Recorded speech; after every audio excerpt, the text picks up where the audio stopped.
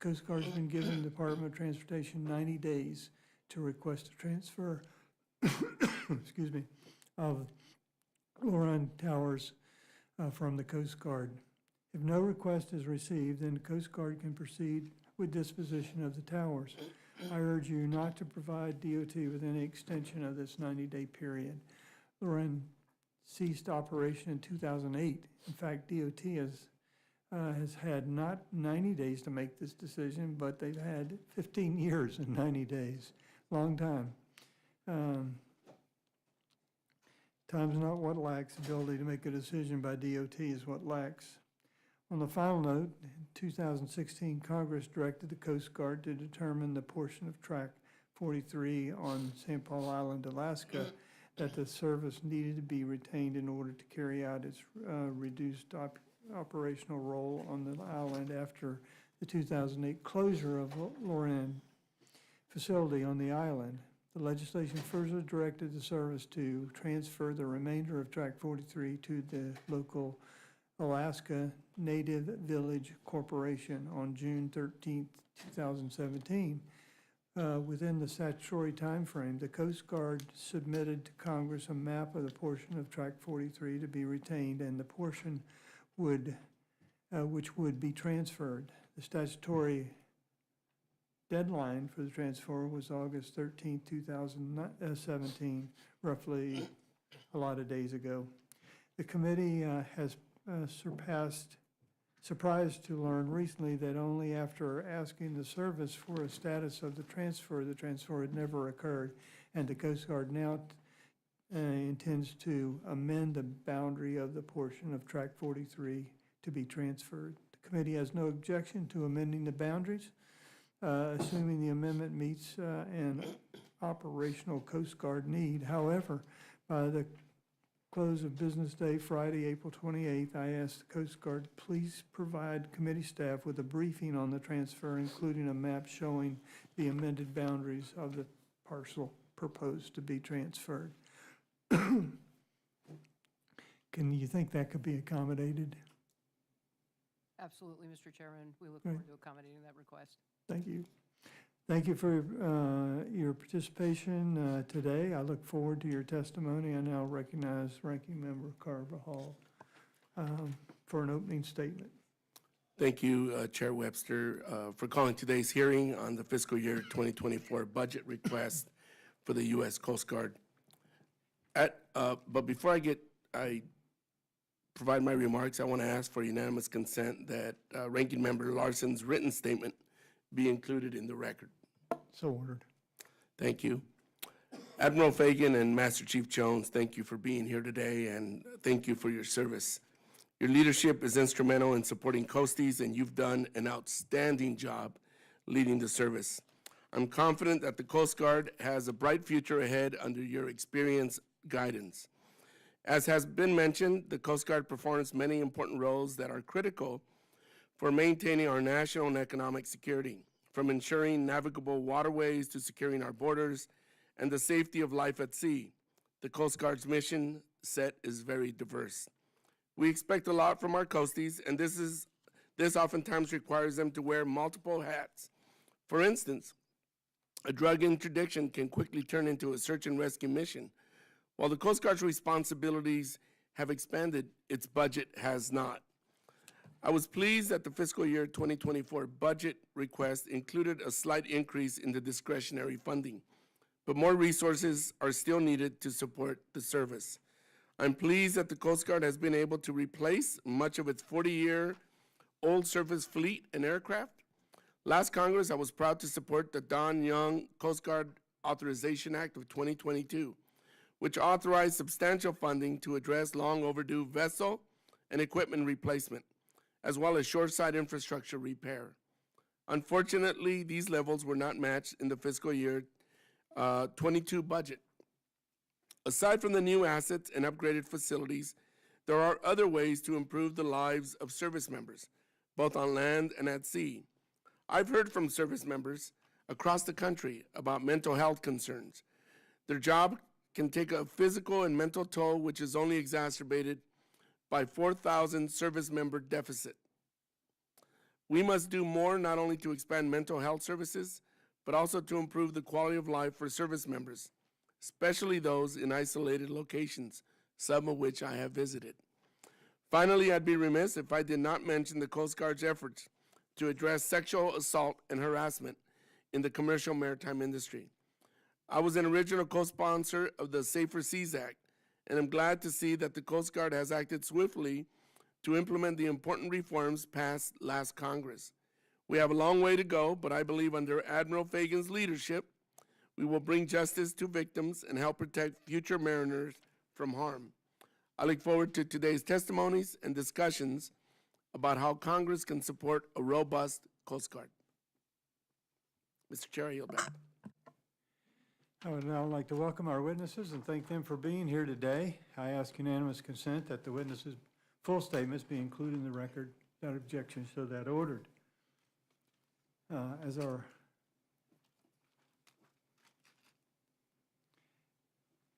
As your written testimony has been a part of the record, the committee asks that you limit your oral remarks to 5 minutes. With that, Admiral Fagan, you're recognized for 5-minute testimony.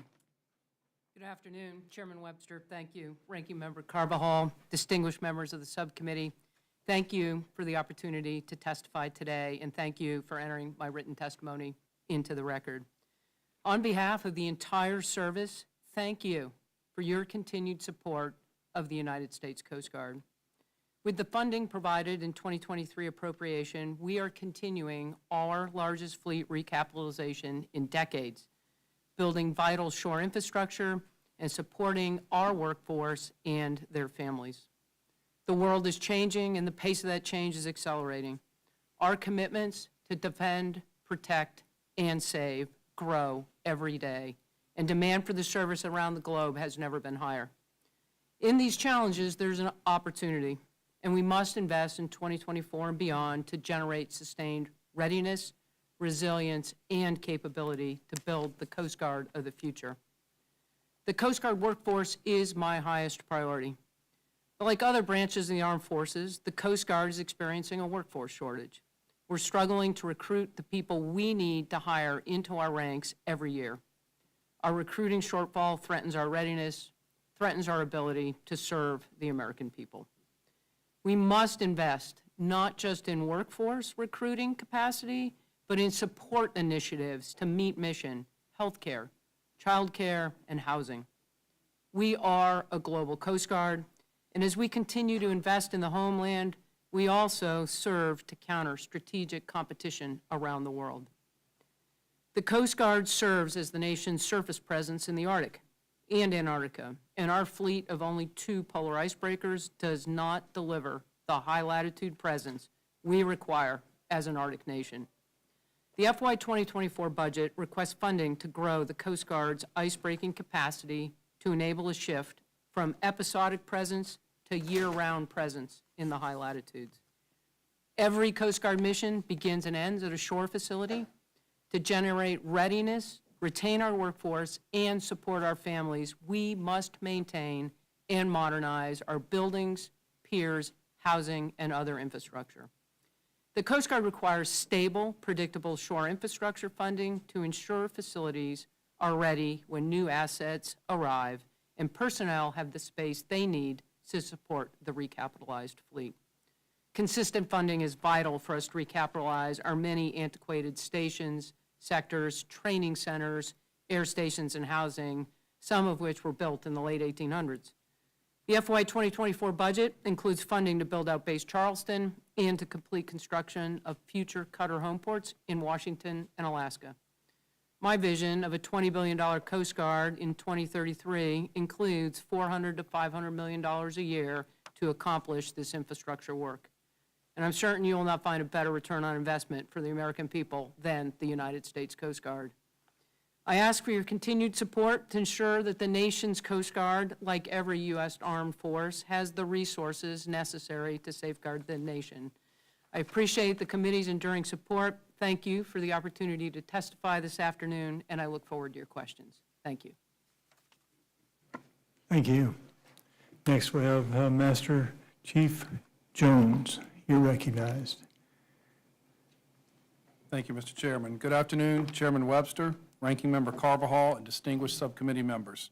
It's an honor to appear before you as the Master Chief Petty Officer of the Coast Guard. As I begin, I would like to express my sincere appreciation alongside Admiral Fagan and on behalf of our dedicated Coast Guard personnel for your unwavering support. The Coast Guard workforce is the heart and soul of our organization, and their dedication and sacrifice keep our nation safe and secure. Every day, Coast Guard sentinels put their lives on the line to protect our nation's maritime borders, respond to emergencies, and ensure the safety of all marine transportation system users. These highly skilled members execute a broad array of missions which require modern resources to recruit, train, and to retain them. As we discuss the future of the Coast Guard, my primary focus is on our sentinels, specifically the service's ability to attract and retain the talented individuals necessary to effectively carry out the critical missions our nation demands and our nation deserves.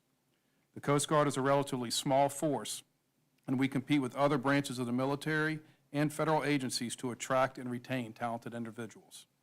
The Coast Guard's recent recruiting initiatives include opening 10 new recruiting offices, leveraging innovative technology to reach potential recruits, initiating 4 new JROTC programs, and developing the Scout Talent and Refer program to incentivize service members to tell the Coast Guard story. We are applying a comprehensive workforce approach to this effort. The fiscal year 2024 recruiting request will enhance the Coast Guard's recruiting ability while ensuring our members continue to excel at their demanding missions. The Coast Guard is more than a military service. We are a closely bonded community. Our Coast Guard families are paramount. Their altruistic sacrifices and constant support are imperative to achieving our missions. The Coast Guard can continue to retain our members and their families by providing affordable housing, access to quality mental and physical health care, competitive compensation, and modernized infrastructure. These issues are vital to our workforce and vital to their families. I want to express my sincere gratitude to Congress for enacting the Veterans Auto and Education Improvement Act, mandating that states recognize the professional licenses of military members and their spouses from other states, alleviating the burden of relocating every 3 to 4 years. This initiative is a key example of Congress's support of our military and of their families. While I acknowledge that those that join the service are not primarily motivated by financial gain, it is essential to recognize that they may be more likely to leave for a better compensation elsewhere. The FY24 pay raise is a good step in the right direction and is the largest increase since 2002. To ensure that we continue to be an employer of choice, we must continue to invest in the basic pay scale. The birthplace of our enlisted workforce is Training Center Cape May. While we are thankful for the recent support of Congress to recapitalize the first barracks, the current facilities inhibit the ability to continuously train recruits to a significant service standard throughout the year. Therefore, the service needs a modernized training facility to develop the most resilient and fleet-ready sentinels. To this end, the Coast Guard has included a multi-purpose training facility at Cape May as part of our unfunded priorities list in FY24. Rest assured that your Coast Guard remains steadfast in its dedication to attracting and retaining skilled sentinels that are empowered to protect, to defend, and to save. Again, thank you for the opportunity to appear before you, and I look forward to answering your questions. Thank you so much. And we now turn to questions from the panel. I get to be first, so I'll ask my first question to the Commandant. What are the capability or resource gaps that exist? Which ones are or which one even is the most important to you, and how do you think working with GSS to address those? Thank you, Mr. Chairman. I remain committed to increasing the capacity and capabilities of the Coast Guard and remain focused around workforce, and again, acknowledge and appreciate the enduring support of the committee. When you look at the FY 2024 budget, President's budget, there's great support for frontline operating capacity in the budget and investment in infrastructure, piers, buildings, IT. The President's budget, 2024 budget, in conjunction with our unfunded priority list request, does a good job capturing the infrastructure and investments needed across the organization, ensuring that Coast Guard members, as we field these state-of-the-art new cutters and aircraft, that Coast Guard members have adequate facilities to return to. Every Coast Guard operation starts and stops at a piece of shore infrastructure, so ensuring that not only are we building the new capacity docks to field those cutters, that we're updating the aging capacity at stations and otherwise so that our Coast Guard men and women can operate from state-of-the-art facilities. Thank you.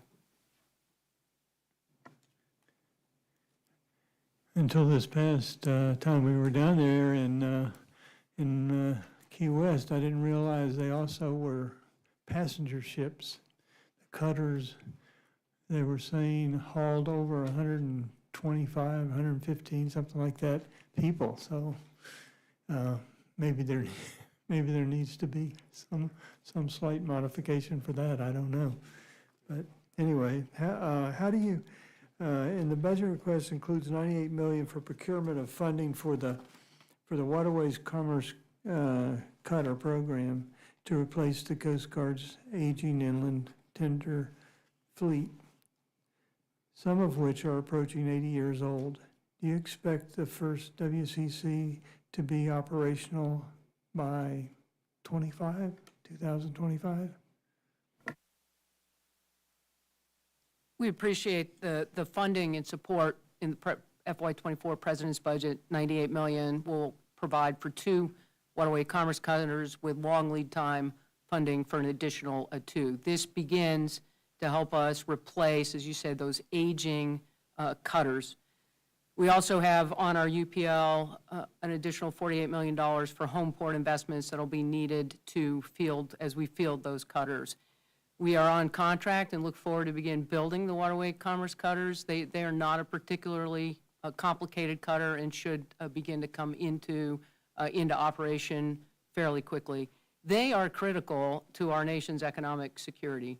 The $5.4 trillion of maritime commerce, economic prosperity that the nation enjoys, and the engine for much of that is the internal waterways, the rivers in the countries, in addition to our ports. So getting that waterway commerce cutter built and into operation is a priority, and we appreciate the budget support for that. Thank you.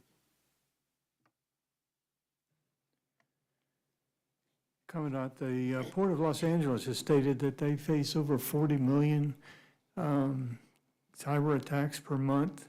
At the same time, Chinese manufactured cranes have the potential to do some sort of surveillance. Not that I know what it would be, but they can gather information on the goods and services being performed at the ports. So do you see an additional resource for cyber, including R&D funds to improve capabilities? Can you talk about that? The U.S. Coast Guard in our regulatory agency role as we work with the port facilities, ships in our ports, cyber is part of that remit and oversight. We have been on a path of investment as an organization, both in cyber experts. We've recently established a cyber specialty in our enlisted ranks. We have been hiring civilian professionals at the district level who not only understand the maritime transportation industry, but are also experts in cyber as we work alongside our CISA counterparts within DHS to ensure that the nation has the cyber expertise and cybersecurity needed, and we are focused in our role in the maritime realm in that regard. Thank you. Okay, so my time's gone, so I yield back. Nothing. I recognize you, Mr. Carball. Thank you, Mr. Chair. I thought you were going to yield the chairmanship, so I got excited there for a minute. Admiral Fagan, June will mark 1 year since you assumed the commandant position. At that time, you vowed to do a thorough review of the Coast Guard's policies in an effort to attract more service members, increase diversity, address mental health, and generally make life better for our coasties. Can you share how that's going and any policy changes that you have made or are working on making? We have embarked on a substantial review and update of many of our workforce and talent management systems and processes.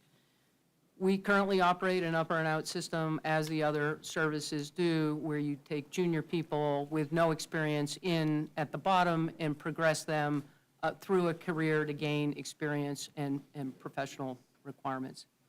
We've begun doing things like Agile A School.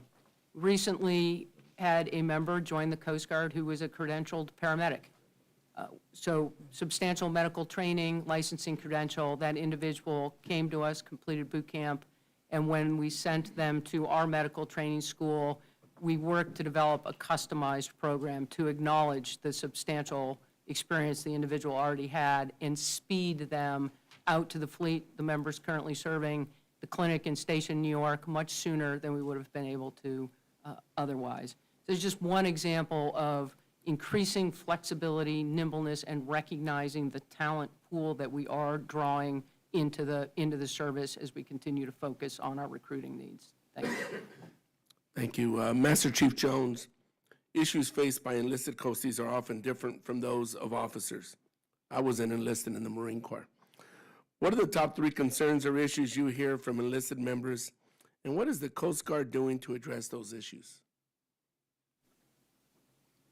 Congressman, routinely, no matter where we travel in the Coast Guard, the top 3 issues that I hear are access to available and affordable housing, access to mental and physical health care, and then just kind of lumped in on the third is just general overall cost of living, whether it be base pay, whether it be affordable child care, and those type approaches. So we have many things that we're working on when it comes to the housing. Is there some areas where we're smaller, more remote areas where we're, investing in Coast Guard-owned housing? There's areas where we do have the availability of access to DOD-based housing, working in cooperation with access there. And the other areas where it's not available, there's not military housing there, working with DOD to ensure that we have comparable housing allowance rates to afford our members the housing they deserve. Thank you. Admiral Fagan, with the passage of the Safer Seas Act, the Coast Guard is tasked with implementing several new authorities and requirements for industry. Prompt implementation and enforcement is extremely important. Separately, the Coast Guard has yet to implement the man overboard requirements included in the CVSSA 13 years ago. I know that was before your time, assuming the commandant position. When should we expect to see these regulations, and can you commit to an expeditious implementation of the Safer Seas requirements? I would say 13 years is a long time.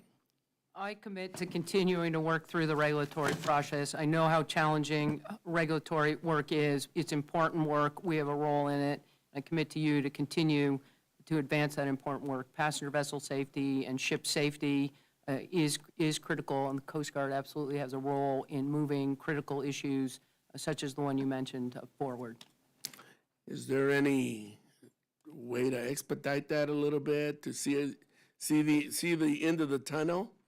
So I'll ask my staff to come back and give you a more realistic timeline on when we could expect to see that come to a closure, but agree, we've been at it for some time, and we need to continue to move that regulatory project forward.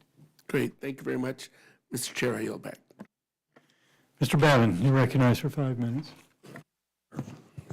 Thank you very much. And thank you, Admiral, and Mr. Jones, thank you so much for being here, Master Chief. From protecting our ports and waterways to assisting our communities during hurricanes, the Coast Guard is a well-known, vital component of my district in southeast Texas and the Gulf Coast. I proudly represent both Coast Guard Sector Houston, Galveston, and Air Station Houston, each housed at Ellington Field in southeast Houston. Admiral Fagan, my first few questions are for you. If we can't get through everything, I hope you don't mind that I'll have them submitted. As the Coast Guard looks to transition to an MH-60 rotary wing fleet, I understand that the Coast Guard is slowly phasing out many of its aging MH-65s with the intention of reducing its overall rotary wing fleet from 146 to 126 aircraft. Air Station Houston currently hosts 3 MH-65 Dolphin helicopters. I understand the current plan is to phase these 3 helicopters out and replace them with just 2 MH-60s. And while I recognize that the MH-60 is a very capable platform compared with the MH-65, I have concerns that reducing the number of airframes in service may impact the Coast Guard's operational capabilities. Presumably, with fewer aircraft at an air station, it would be more challenging to respond to multiple search and rescue missions, drug interdictions, or patrols, given that a single helicopter can only be in one place at one time. And I don't anticipate drug runners will be idling their boats while they wait for the helicopters to arrive. We can't ask folks to just tread water while they await assistance. How does the Coast Guard plan to maintain its operational capabilities with less operational assets? We are in the process of transitioning away from the H-65 fleet of vessels. Fleet of aircraft. They've definitely reached their age limits, and so there's an imperative around moving to a single fleet of H-60 helicopters. These aircraft have far more range and speed than the helicopters that they are replacing. And so continuing to the funding support necessary to field 60s becomes critical, and we appreciate where we are with it. We've got a request in the UPL for $113 million to field additional 60s. Right now, we've indicated a transition to at least 127, but we continue to look at the helicopter fleet we have in place now, what the capabilities are that the new 60s bring into the mix, and then understand that we do have an obligation to continue to meet response times, search and rescue requirements to the American public. This is life-saving work, and we're committed to meeting those requirements. We continue to work towards identifying what that right number and mix looks like. Okay, in a report shared with the committee last May regarding the Coast Guard's interdiction of illicit drugs in transit zones, the report shares that the Coast Guard was able to intercept about 10% of the cocaine flow coming into the United States. In the report, the Coast Guard notes that the level of effort toward this mission is assessed as adequate, given the boundary conditions of balancing the execution of other statutory missions and workforce material readiness. And I assume the Coast Guard is not satisfied with 10% interdiction rate. My takeaway from that is that you have too few resources to adequately carry out your growing mission set. What are some of the factors that would improve the Coast Guard's ability to carry out its drug interdiction mission? And would you acknowledge that additional surface assets could help the Coast Guard improve its mission effectiveness? And if so, why does the President's budget not include resources for additional FRCs? The counter-narcotics mission that the Coast Guard conducts on behalf of the nation requires a force package of mission asset types: ship, over-the-horizon pursuit boat, helicopter with airborne use of force capacity. Fielding new assets that are more reliable and don't experience the unplanned maintenance periods that the current aging fleet of helicopters and ships are experiencing is a priority for the service. So the ships and equipment we have out on Vector are more reliable. We continue to partner with other international partners and engagement to ensure that we're meeting that mission demand. The FRCs have been an incredibly helpful platform as we meet our counter-narcotics mission. Okay, thank you. We're going to have 2 rounds today, is that right? 2 rounds of questions? Okay, no, because I've got some for the Master Chief, too. Thank you, and I yield back. Mr. Garamundi. Thank you, Mr. Chairman. Congratulations, this being your first, not your first hearing, but your first one on your readiness and the state of the Coast Guard. When we were chatting a couple of months ago, we covered a whole series of issues. In my previous tenure on this, I got to be known as somebody that was concerned about icebreakers. Could you bring me up to date on the status of the heavy icebreaker that presumably is being built? We are on budget, on contract for Polar Security Cutter. The 24 budget includes $170 million, which will be long lead time material for a 3rd Polar Security Cutter.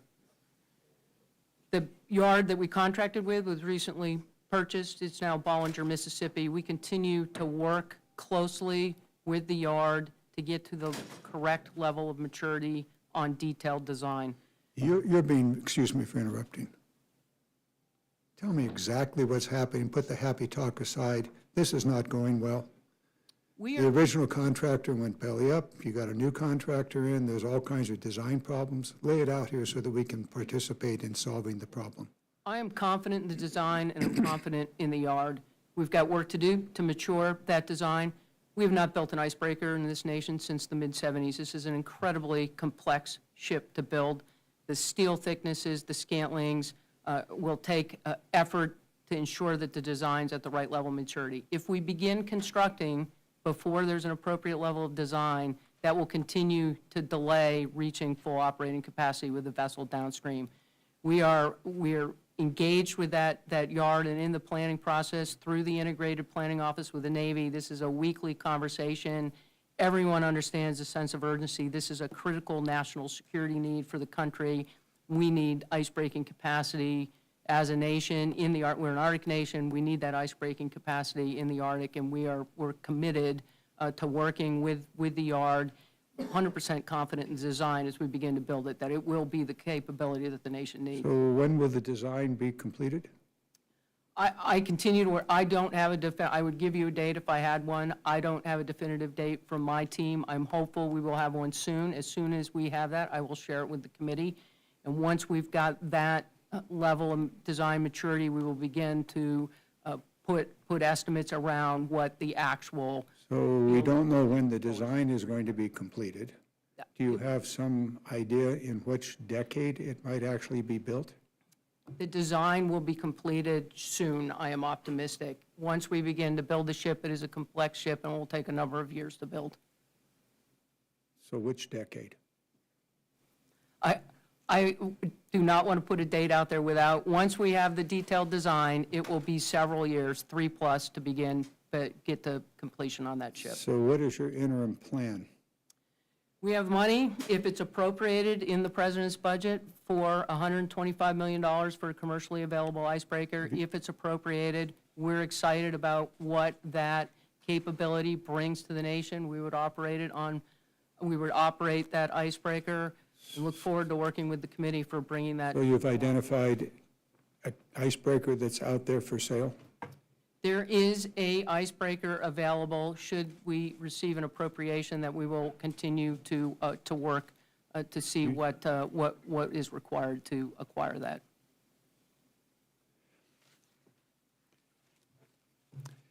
We've been at this a long time in this committee, and the inability of the Coast Guard to get this even started is a major national security problem. And frankly, your answers are not satisfactory. I would hope that this committee would be given specific detail. You didn't tell us where that ship is. Have you looked at renting, leasing long-term icebreakers? So there is one U.S.-constructed commercially available icebreaker. We've worked with the committee for language to ease the acquisition of that icebreaker. When we have considered leasing of other icebreakers, it does not create either greater speed or reduced costs. And so work with an appropriation, working to acquire a commercially available icebreaker is the most sort of cost and time expeditious way forward for the nation. How many icebreakers do we need? I recently signed out a fleet mix analysis that indicates we need 8 to 9 icebreakers. And you have one under construction, the design of which is not yet complete. You're talking about purchasing another icebreaker from, and we happen to know the company, so no secrets around here. Do you have any idea what it will take to make that purchased icebreaker useful for the Coast Guard? The budget reflects $25 million to bring that vessel into initial operating capacity. We continue to work to estimate what out-year cost will be to support. So the need is somewhat near 10 icebreakers. So we have Polar Security Contract, commercially available icebreaker, Healy, which is the medium icebreaker currently in operation, and Polar Star, which is our heavy icebreaker. Those two are in full operation now. Thank you. Mr. Mask. Thank you, Chairman. Thank you, Admiral, Master Chief, for being here today. Look forward to asking you all a few questions, and I want to get into the idea of equitable to begin with. And so, Admiral, I would just start with a question in this way. As you're onboarding new coasties, would you say that it would be equitable if the goal was 3 males for every 1 female? Would you say that would be equitable for onboarding? I'm onboarding talent. I'm onboarding the best talent that I can hire. I would like that talent to be diverse, but I am hiring talent that meets the requirements to serve the nation. There are Commend you not- for it. Best man, best woman for the job. best- Absolutely. Best individual for the job, absolutely. But in terms of goal for number, There is no goal for number. I want the best talent, the most diverse talent that I can field. I have a number that Okay, I I'm need to gonna- meet for my I'm readiness. going to ask this slightly differently then, because my goal really isn't talking about the equity of your force right now. It's about the equity of this bridge and this waterway that you're looking at here. I'll start with my colleagues then. Let me ask my colleagues. If I got 5 minutes and you all got 2 minutes, would that be equitable? Mr. Garamendi? Questions have always been so great, I'm happy to yield to you. But would me getting 5 minutes and you getting 2 minutes, would that be equitable for our time frame on this committee?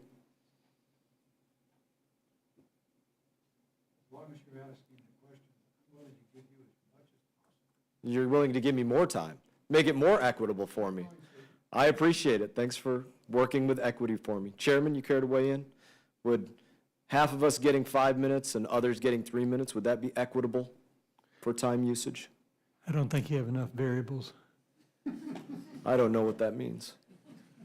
I don't know what yours mean. Mr. Babin, you chimed in. It wouldn't be equitable.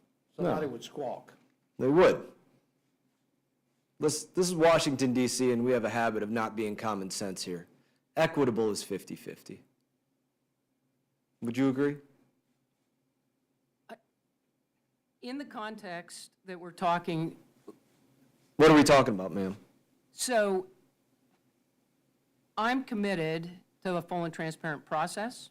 I'm committed to ensuring that the equities of the users are considered as we work to create opportunity for both user groups.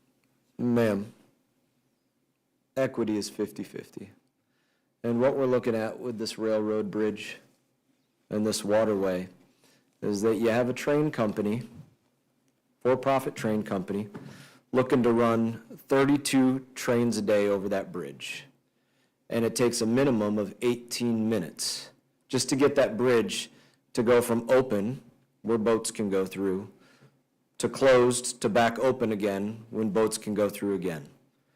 And if you do the math on that, and they're looking to do that over a 15-hour window of the day, then what they're doing is they're closing off the waterway 9.5 hours of the day, 9.5 hours out of 15 hours. Is that equitable to the community whose resource that is? We are in a rulemaking process with regard to the permitting on this bridge. But is it equitable, ma'am, that a community gets 5 hours out of 10 hours? Is that equitable? The waterway users. Ma'am, let's be common sense here. Don't filibuster my time, and let's be common sense. Is it equitable that the community that lives in and around this waterway, this very busy waterway, get 5 hours out of 15 hours? Is that equitable? The waterway users are entitled to their access to navigation. Yes. The bridge user is entitled to their access to the bridge. How that schedule is created will matter. The waterway users may have higher demand during certain periods of the day, and But I'll mention right now, you're not doing a study to determine that. You did a waterway access management study back in 2017, which you all have chosen to ignore. I'll throw that in right now. I'm very glad that we're doing a second round because we are going to talk more about this. But would it be equitable? Maybe we can answer this. Let's do it a little bit more on the numbers. If the community got 1 hour of time and the trains got 14 hours of time, would that be considered to you non-equitable? Can we at least say that 1 versus 14 is non-equitable? We are committed to a fully transparent process. That's not an answer to my question, ma'am. Can you at least agree that Facts. the community only getting 1 hour out of a 15-minute hour time frame would not be equitable for that community? You can't agree to that? I want to understand the use pattern and data so that we can create a dynamic schedule that allows both user groups the access they need.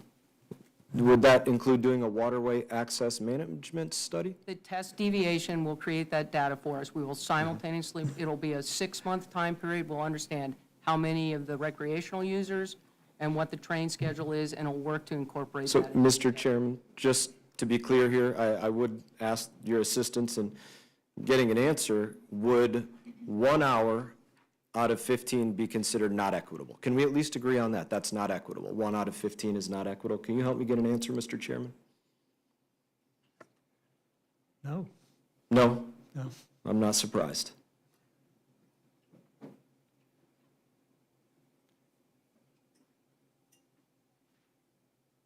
Well, I'm happy to keep going. I'm enjoying it. How about 2 hours? Would 2? Okay, time's expired. Oh, okay, all right. Mr. You didn't say that before. Mr. Auchincloch. Thank you, Chairman. Admiral, welcome. Foreign Policy recently published an article entitled, "The U.S. Coast Guard is Helping Southeast Asians Protect Their Seas," which states that the economic activities of all of Southeast Asia's waters are claimed as coastal state jurisdictions. There is little the Coast Guard can do to provide direct enforcement activities, and its maritime security activities are pretty much limited to capacity building and diplomatic actions. We have seen elsewhere that the Coast Guard's assistance with maritime surveillance and law enforcement in the Indo-Pacific has solidified partnerships with nations in the region as the Chinese Communist Party and the PLA look to militarize the South China Sea and otherwise interdict eastbound trans-Pacific shipments. How can the Coast Guard work with Southeast Asian allies or non-allied nations to increase your presence and the utility of your ships there? Thank you. We work closely with a number of key partners and allies throughout the Indo-Pacific and Oceania. One of the great benefits of the Coast Guard is our people-to-people engagement beyond, and I'll talk to the large ships here in a minute.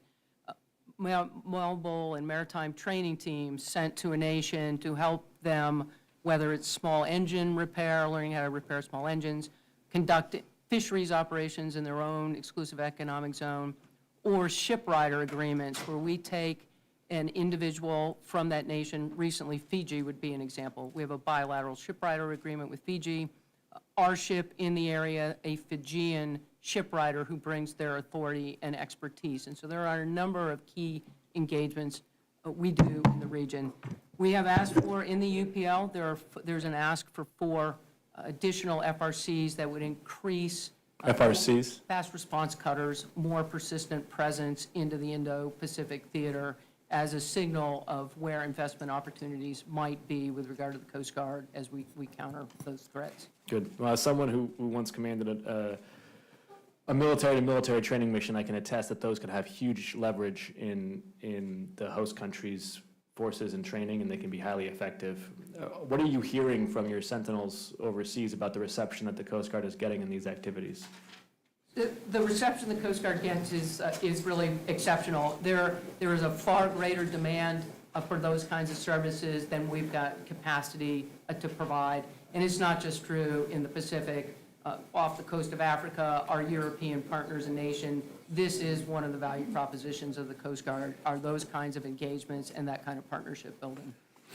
And are you working with, or do you have a conception of how you fit into the Marine Corps' Force Redesign 2030 for their first island chain stand-in forces? So we are part of the Maritime Force. Tri-Maritime Strategy was jointly signed out by my predecessor and the other service chiefs. We are committed to being part of the maritime arm of the U.S. government. And you support Force Redesign 2030? I'm going to talk to it from the Coast Guard's perspective, which is our contribution is in that partnership capacity building. The work we do in the competitive space short of a conflict. We field ships that are operationally ready and at the same level of readiness level as the Navy, particularly as we operate in the Pacific. Final question for you, also related to the Indo-Pacific, slightly different, though, if I understand correctly, Admiral, earlier in your career, you helped put together the International Ship and Port Facility Code. Do you see any ability for that code to be applied or updated to help with ports screening for gray market or other illicit imports of Russian oil in violation of the price cap that has been put into place, particularly Indian ports? That is an interesting question. It's not one that I've considered. We'll certainly, we'll come back to you on what might be possible with regard to the current ISPS code and that particular problem set. I'd welcome your thoughts on that. It sounds like you've got a rich history in working on it, so. Final 30 seconds, Master Chief, for you in terms of workforce and recruitment. How much have you explored, given this new generation's maybe skepticism of 30-year-long careers in one organization, in helping them envision the skills that they get in just 4 to 5 years of working in the Coast Guard and how that can translate to the private sector? Is that part of the value prop you're trying to put out there? Yes, sir, thank you for that. And it's something that we talk to is, the same studies would tell you that an older generation valued that 30 years with one company, the value that leads, and that the younger workforce coming in today likes something new and exciting every few years. What I talk to a lot is the fact that don't we as a U.S. Coast Guard offer both. We offer the opportunity to come in and to do something new and exciting every few years, as well as that invested into that 30 to 34-year career. Yield back, Chairman. Mr. Izzo. Thank you. Thank you, Mr. Chairman. I want to thank everybody for being here today, and I know the Coast Guard plays a vital role in hurricane response and port security.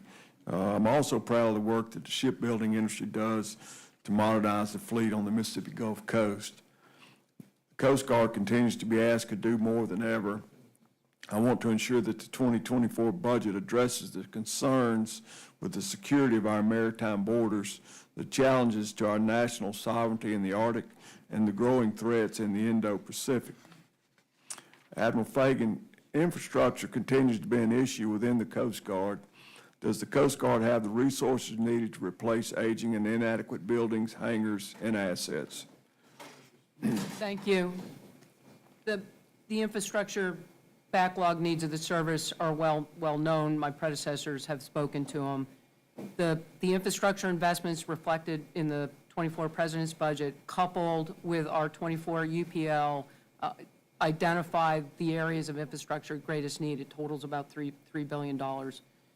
The organization, the force needs reliable $400 to $500 million a year growth, 3 to 5% in that infrastructure investment to begin to enable time for planning and then execution in a way that allows investments for the new assets coming online and also updates the backlog of aging and older infrastructure that we are operating some of the force from. Thank you. Master Chief Jones, another issue that's no secret, we've talked about that a little bit, is the workforce. 2022 GAO study showed that the Coast Guard has a shortage of 400 marine inspectors. This lack of workforce has affected its ability to conduct gas carrier compliance exams. The same report recommended the Coast Guard conduct an assessment of adopting a risk-based approach for conducting these exams. Is the Coast Guard still experiencing a shortage of marine inspectors? And do you believe the Coast Guard compliance program would benefit from applying a risk-based approach for petroleum and gas compliant exams? Mr. Congressman, across our workforce, in every community we have, we face a workforce shortage. There's no one community that's 100% full, to include marine inspectors, and we are applying a risk-based approach. We're starting to develop, as we apply a risk-based approach, to how we staff and staff our units to perform the multitude of missions. Very good. So you believe it would be helpful to Congress to make some changes to the law that would allow the establishment and implementation of a risk-based program for these inspectors to help address this issue? I would defer that expertise to somewhere else in the Coast Guard for that answer, sir. Thank you, sir, for your willingness to testify. Mr. Chairman, I yield back. Ranking Member Larson, you're recognized for some questions. Thank you, Mr. Chair, and I apologize for being late. I was on the floor managing a piece of legislation, so we'll see everyone at 5 o'clock for one vote. Admiral, good to see you again. We've talked a lot up at the Academy, and I don't know that I have a lot of things to repeat on that, but some things have happened since, including a discussion here on Capitol Hill about reverting back to FY22 funding levels, which will have impact on a lot of things in the budget. And I was curious if the Coast Guard has done any analysis of what that would mean if you had an FY22 funding level versus what was proposed in the President's budget. If we were held at an FY22 funding level, we would start with a $500 million shortfall. With inflation, increased costs, that immediately begins to impact our ability to provide frontline operating services. As we make budget choices and decisions, we prioritize that frontline operating capacity for this service. And so an ability to continue to field the major acquisitions, begin to work through some of the infrastructure backlog, all of that gets put at risk if we're held to a 22 budget level, and frankly, it impacts readiness almost immediately for the service. Yeah, so, but to say it, put another way, you can't point to a specific thing, but the fact is you just will have that much less, fewer resources to do what we're asking you to do today. We will be forced to make very difficult trade-offs. The investments, the acquisition investment, these are step functions. You can't phase a little bit of it. It's an all or nothing, and very quickly we will be faced with difficult trade-offs, but we'll work to preserve people, workforce, and frontline operating capacity. But that all gets put into question if we're held at that level. Yeah, okay, thank you, thanks. And then one of the questions I did ask is, and this impacts Washington State, if I could be parochial even on the ranking member, if you don't mind, Mr. Chair.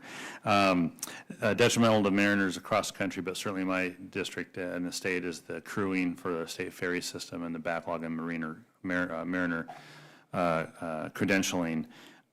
It's a core responsibility of the Coast Guard, but there wasn't money put in for a necessary upgrade to the system so that these credentialing activities can happen sooner. Can you talk a little bit about what your plan is there? We take our role credentialing and licensing mariners seriously. It's critical, not just to the operation of the Washington State ferry system, but frankly, it's critical for national security that we have licensed and credentialed mariners. We have signaled some money needs in the UPL. We continue to work forward to invest in a new state-of-the-art IT system, which will bring some efficiency into that licensing and credentialing, and we continue to move forward to be responsive to that need. Okay. And then finally, I had a great opportunity at the Academy to sit with many of your cadets, including 8, I think, from the great state of Washington, and very much enjoyed it. But what struck me is that the various groups on campus at the Academy, it's a cadet-driven discussions and cadet-driven actions on the need for diversity. It's not coming from the top. It's not coming. I'm sure you're supportive, but these are cadet-driven activities they all recognize the need for a more diverse workforce, and certainly a more diverse workforce within the Coast Guard. But still, there's probably now that we're catching up to this, it's going to be a couple of years before that diversity is reflected in the leadership. But how do you foresee that diversity that exists clearly at the Academy eventually working its way up into the broader leadership in the U.S. Coast Guard to reflect the face of the United States? Coast Guard Academy, you saw it when you interacted with the cadets, we're about 45% women in the cadet corps. And part of the reason that matters, one, diverse workforces outperform non-diverse workforces. One of the studies we've done recently reflected that there had been a disparity rate between men and women graduates at the Coast Guard Academy. When we crossed the 25% threshold, that disparity rate in graduation diminished. So now, as an organization, and as I focus on workforce management, talent management, it's in eliminating barriers for those who have joined us to continue to serve. women, minority males. What's good for women is good for the workforce, and it creates opportunity for anyone that sees themselves serving in the Coast Guard. And I've got a sense of urgency around some of the kind of human relations, talent management work that we've got in front of us to ensure we retain that talent that's at the Academy. Thank you, and just one more note, if you don't mind, Mr. Chair. Please apologize to Cadet King for the grilling I gave him when I inspected his room. If he's recovered, I hope he has. If he hasn't, I apologize. Thank you so much. Yield back. Mr. Van Drew. Thank you, Mr. Chair, and thank both of you for being here. It's good to see both of you again, and I just would tell the committee that we have a wonderful relationship in Cape May with the Coast Guard. It is integral and actually weaved into the thread of our society in Cape May County, and people truly do love you down there, and it's good to see you again. And we are a Coast Guard community, which is also a big deal down there, which is a special designation given to certain communities, which we appreciate. So my focus on this first round of questions today will be on our continued investment in the United States Coast Guard Training Center, Cape May, and yes, I'm going to be a little parochial too, and the Coast Guard's new recruitment campaign. My questions are directed both to the Admiral and to the Master Chief. Thank you both for your service to our country, by the way.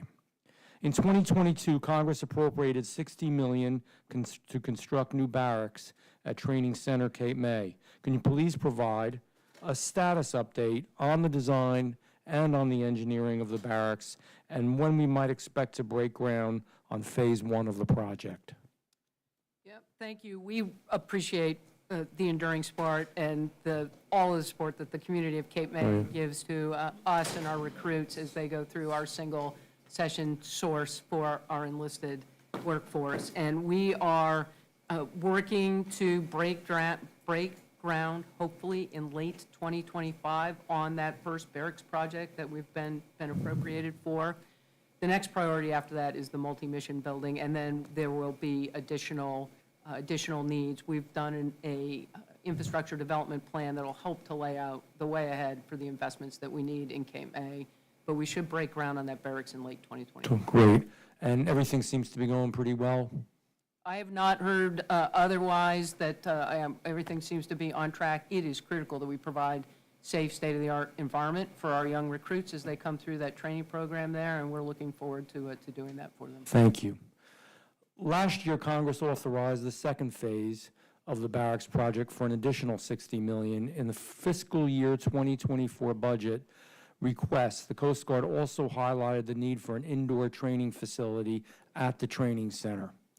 Both this committee and I have supported appropriating these projects this fiscal year. Can you please state your case for why these projects are priorities for the Coast Guard and why Congress should move to fund them now? Cape May is our sole entry point for the enlisted force, and we owe them a safe environment to train and become young Coast Guard members. The need for the multipurpose training facility is really an acknowledgement to it can get very hot in Cape May and it can get very cold in Cape May. And 40% of the year, those weather extremes impact our ability to train. You can still run 1.5 miles indoors in the facility we have, but it is 90 laps around that gym. This is not a state-of-the-art experience for young people that are coming in to the world's best Coast Guard. After the multipurpose building, barracks, so that, again, people have a safe, state-of-the-art place to sleep as they work through their training. And it is the only training center, correct? It is our only training. In the country. enlisted force, yeah. In the United States of America. The Navy Right. operates a similar facility in the Great Lakes, but this is our sole source. Okay, thank you. Finally, I'd like to give you the opportunity to speak on the Coast Guard's new, quote, protect, defend, and save campaign. Can you please describe how this is different from past recruitment efforts, what the changes are? The protect, defend, save, and the new logo, it's a tertiary logo. There is no intent to change the shield, the anchor and shield, the racing stripe, the iconic. That was the concern, right? Right. No, those are primary and secondary symbols that will remain and really speak to the core of our heritage and who we are. The new symbol is targeted to young people the 18 to 25-year-olds who we are looking to recruit. We did a lot of marketing towards that group of people with that particular symbol. As we have gained support for marketing dollars, advertising dollars, we are going to the young people on gaming websites and other. This is not a large commercial on nighttime TV. That's not where the young people are. And so that symbol and more focused targeting of our advertising dollars and strategic dollars, it is really designed at the workforce we're trying to recruit. Is there anything you'd like to see in the next authorization to help with recruitment? We appreciate the support that we've continued to get, and we'll continue to signal where our investment needs are, increasing recruiter capacity, opening recruiting offices, expanding the JROTC program, marketing and reaching young people where they are all things that we've had support on and will likely need additional support, and appreciate what the committee's been doing. Thank you. I yield back, Chairman. Ms. Colton. Thank you, Mr. Chairman. Admiral Fagan, Master Chief Jones, thank you so much for joining us here today. I represent miles of beautiful Lake Michigan shoreline that has an installation of the U.S. Coast Guard in Muskegon and Grand Haven. I recently had a chance to tour the facility. It was great speaking with the members and understanding a little bit more about the challenges that come with serving, including a 50-year-old cutter and dry suits desperately in need of replacing. The issues highlight the need for a robust Coast Guard budget to ensure our Coast Guardsmen and women have what they need to keep people safe. Another issue that Station Grand Haven highlighted was recruitment and retention. While this was before my time in Congress, one thing that I understand had a severe impact on the ability to recruit and retain was the 2019 partial government shutdown.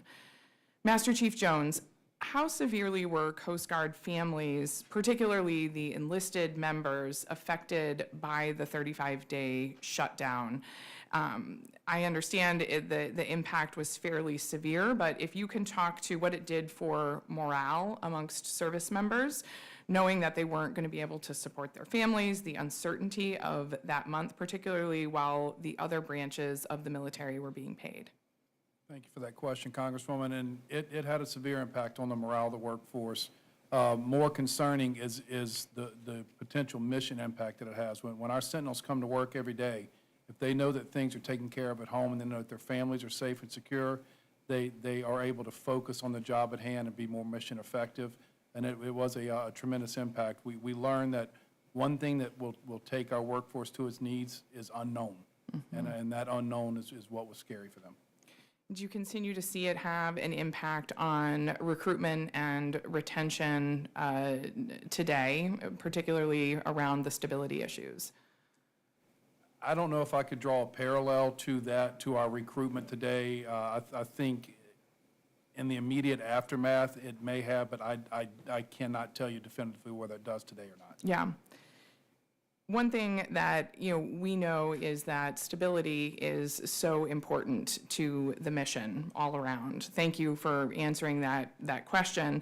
Today, Representative Gonzalez-Colon and I will be reintroducing the Pay Our Coast Guard Parity Act of 2023, previously introduced by former Chair Peter DeFazio during the 2019 shutdown. This bill would ensure that the Coast Guard continues to be paid if other branches of the military are paid in the event of a shutdown. Protecting our nation both at home and on our coasts overseas away from their families is critical. Coast Guard members continue to show up every day for those 35 days despite not knowing if their paycheck would be coming.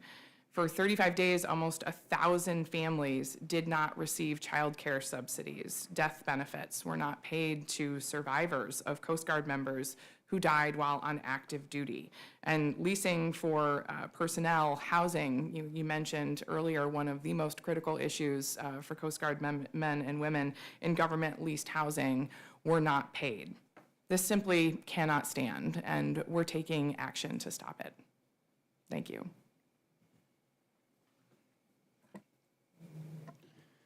Mrs. Gonzalez-Colon. Thank you, Mr. Chairman. I'm happy to be here today. And yes, I am proud to be joining Congressman Shelton to introduce that bill. So I'm happy that she brought it down today. I want to say thank you, Admiral Fagan and Master Chief. It's great to see you both. And of course, the men and women who are part of the Coast Guard. And thank you for your service to all our nation.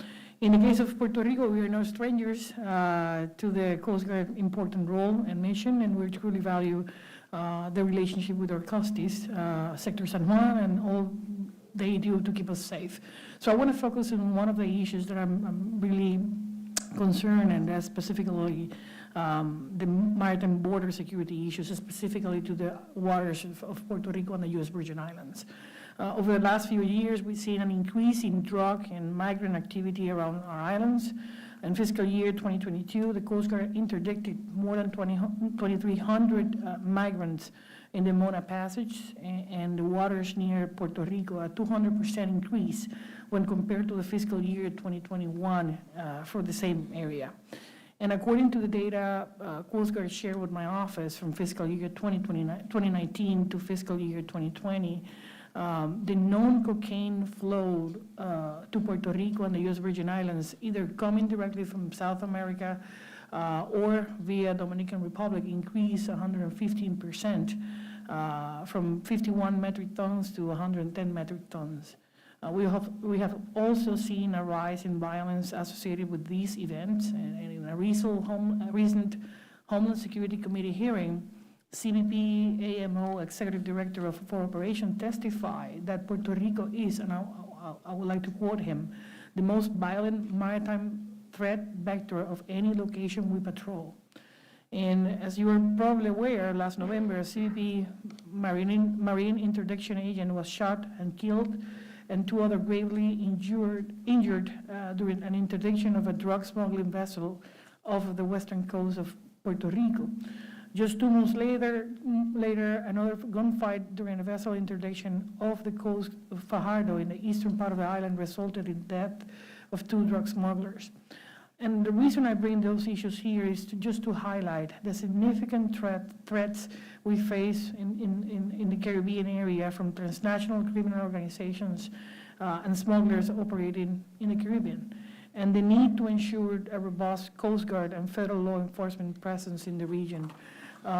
For example, recently, the island has been advocating for the Coast Guard to establish a formal permanent presence on the island western and eastern part of the island through new boat stations or subunits. I think this is something we should look closely.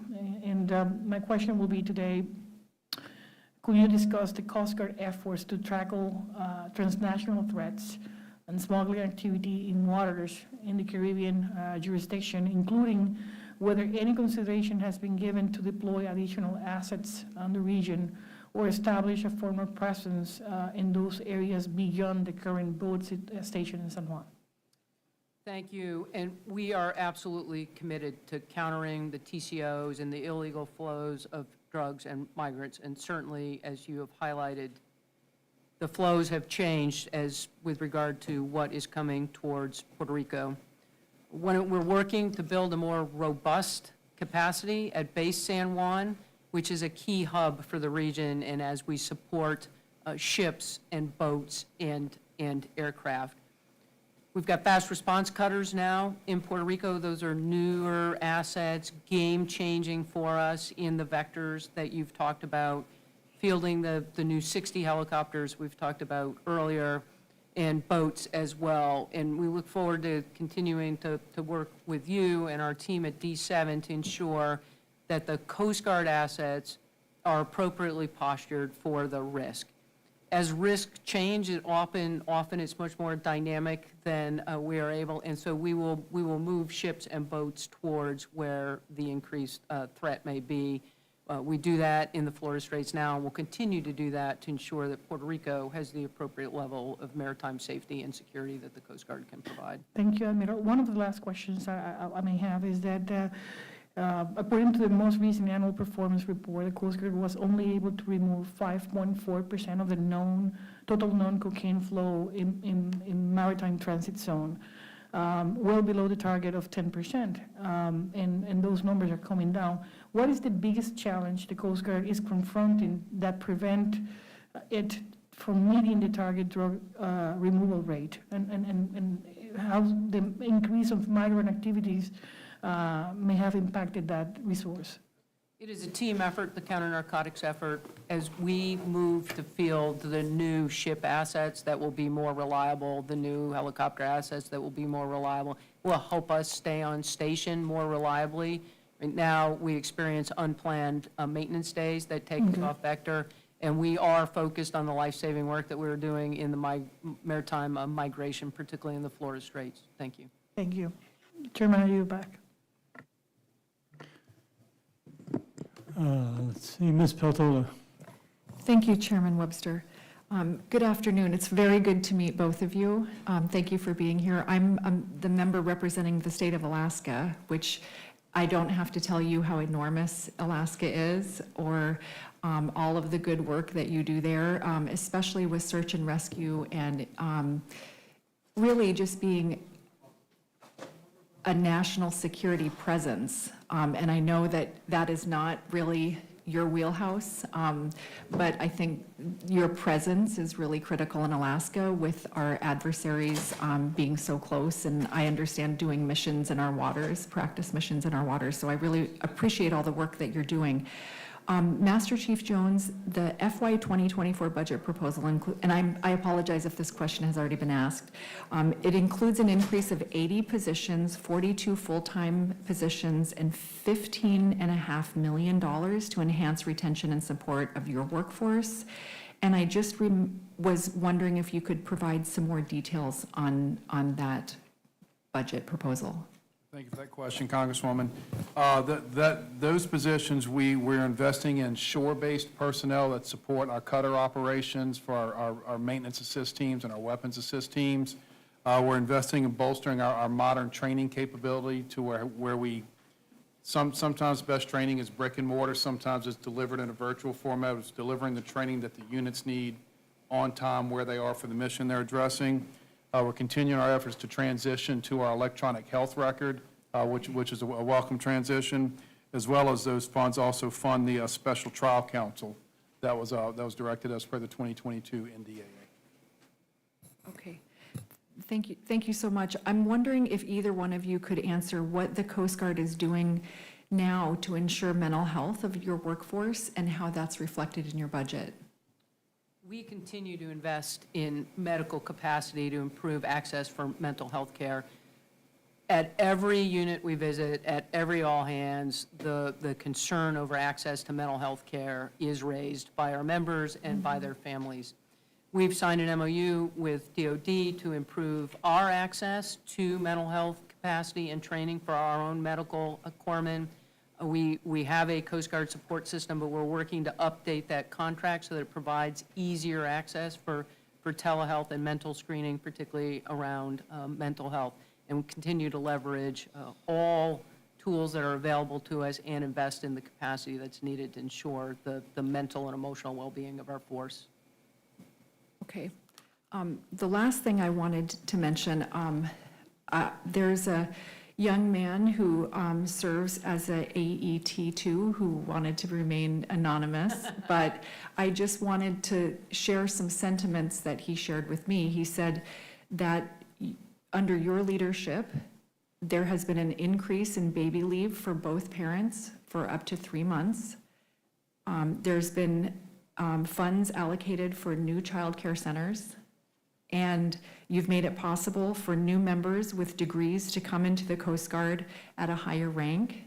And the last sentiment here is that you are truly taking a new approach and changing things for the better. So I really want to commend you and your very professional team and all the good work that you're doing for our nation. Thank you so much.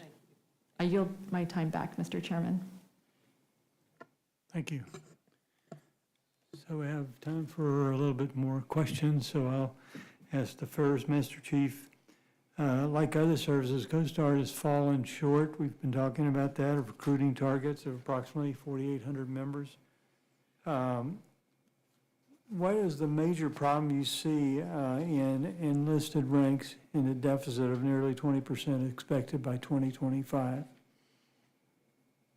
Mr. Chairman, the major issue is just that the mission hasn't gone away. The mission is always there, and our sentinels each and every day are dedicated to getting the mission done, and we need more people to help them get that mission done to ease the burden on each individual person.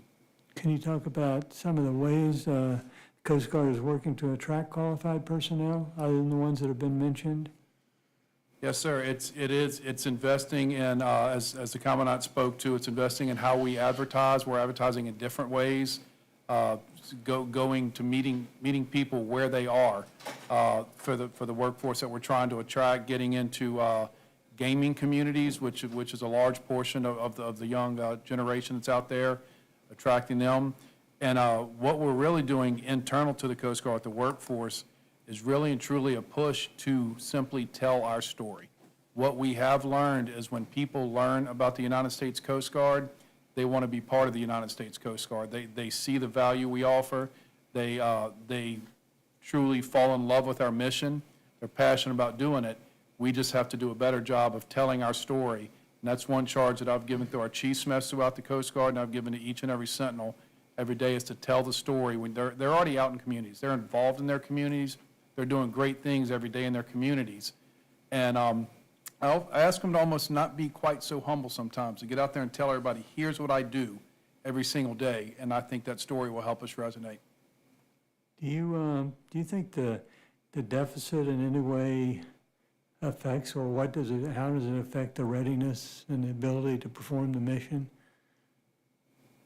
Just with the simple numbers, like I said, we need more.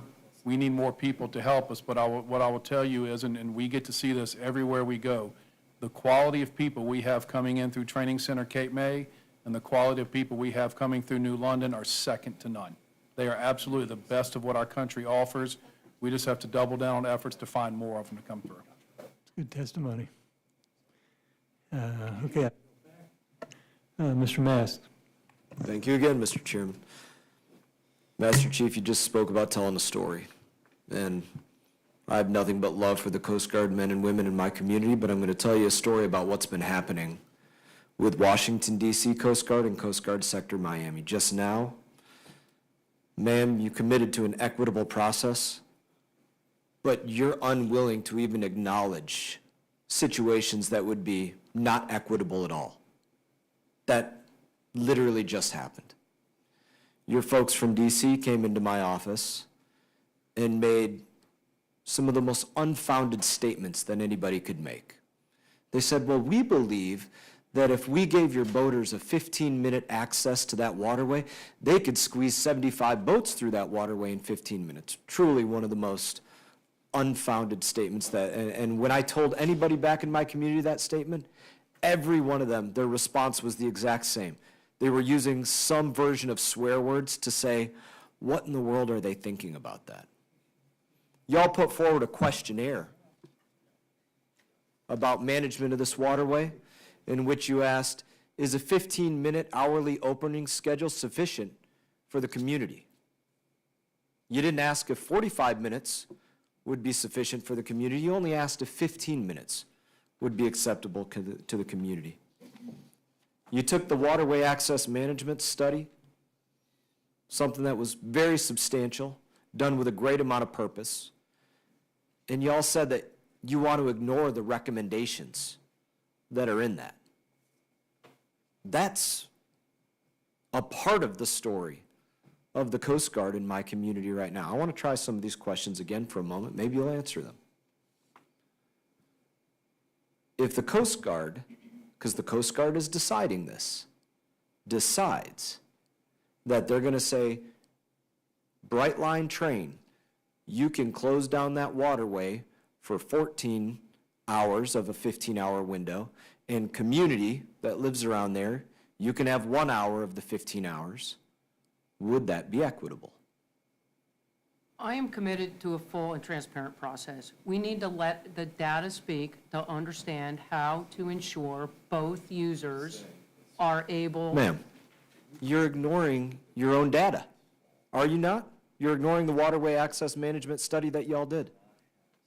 The- Yes or no? Yes or no? I'm not familiar with that study. I will. You're familiar with this case, but you're not familiar with the study that you all did on it. Let that tell you about where the process is. You won't look at the study. You knew you were coming in here. You knew that I was going to ask about this.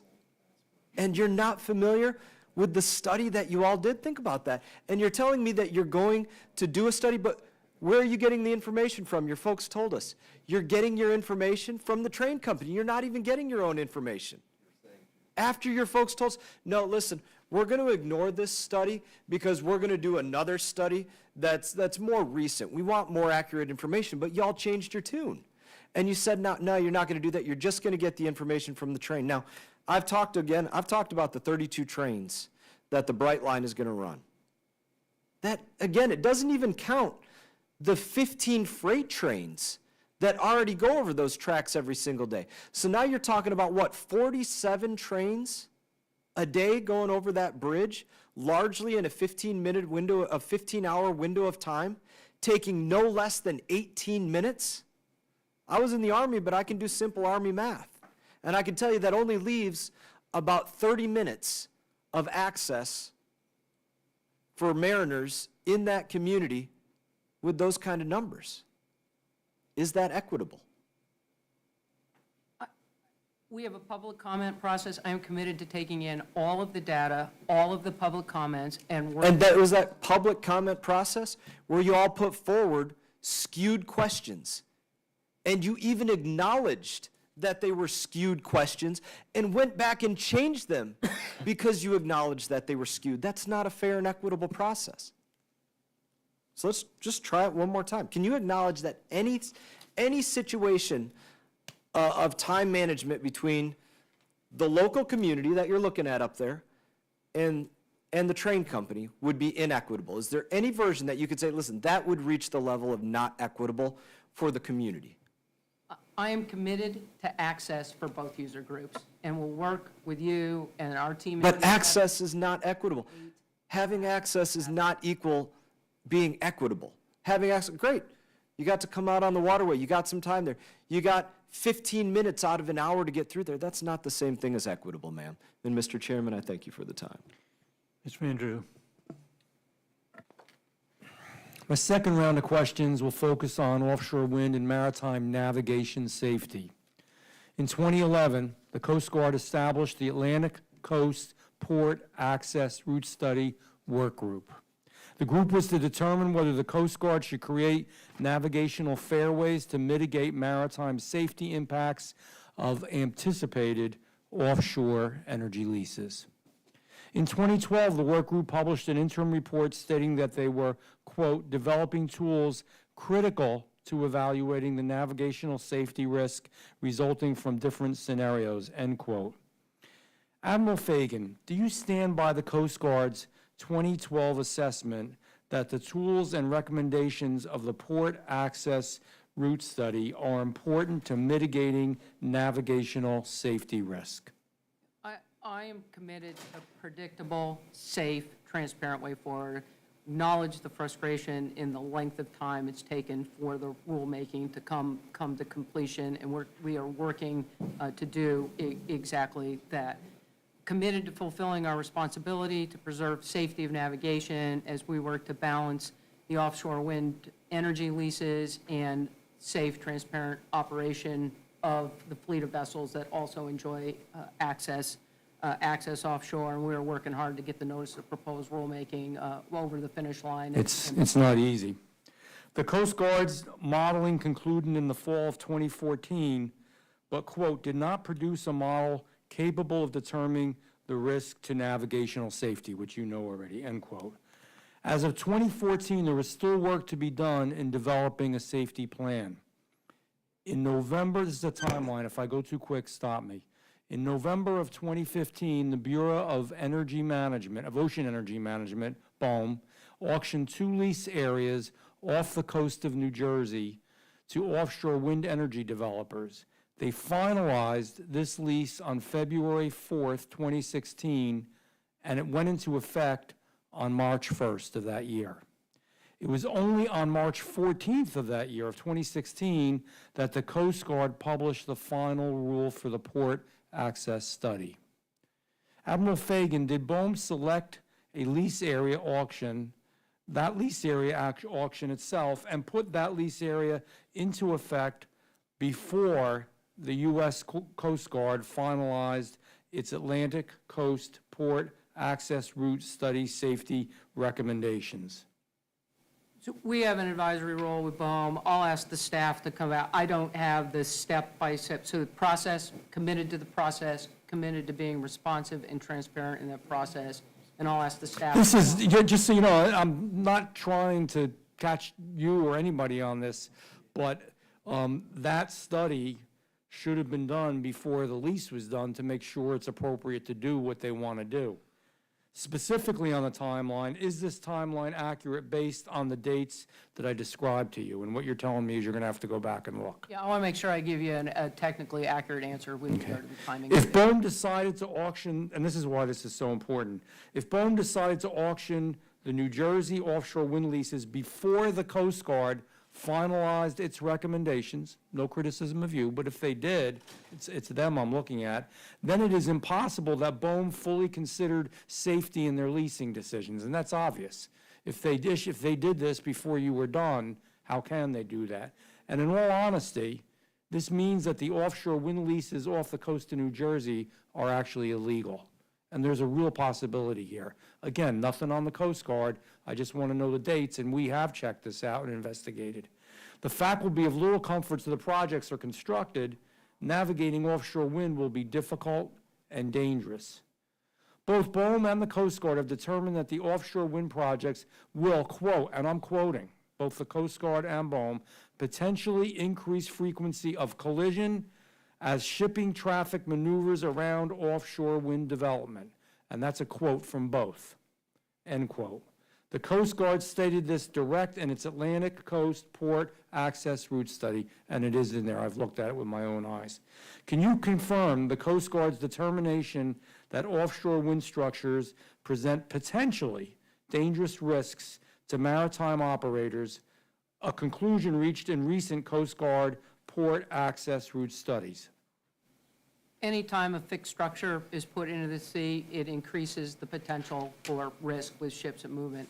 Our role is to continue to ensure access and navigation, safety of navigation.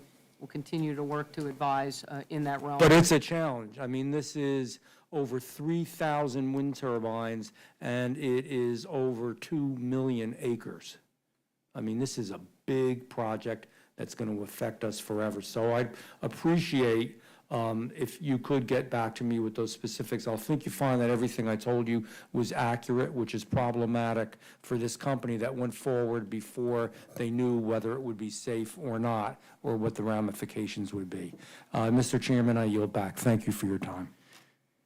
That concludes the hearing for today. Thank you, the witnesses, for appearing. We appreciate that and look forward to talking to you in the future.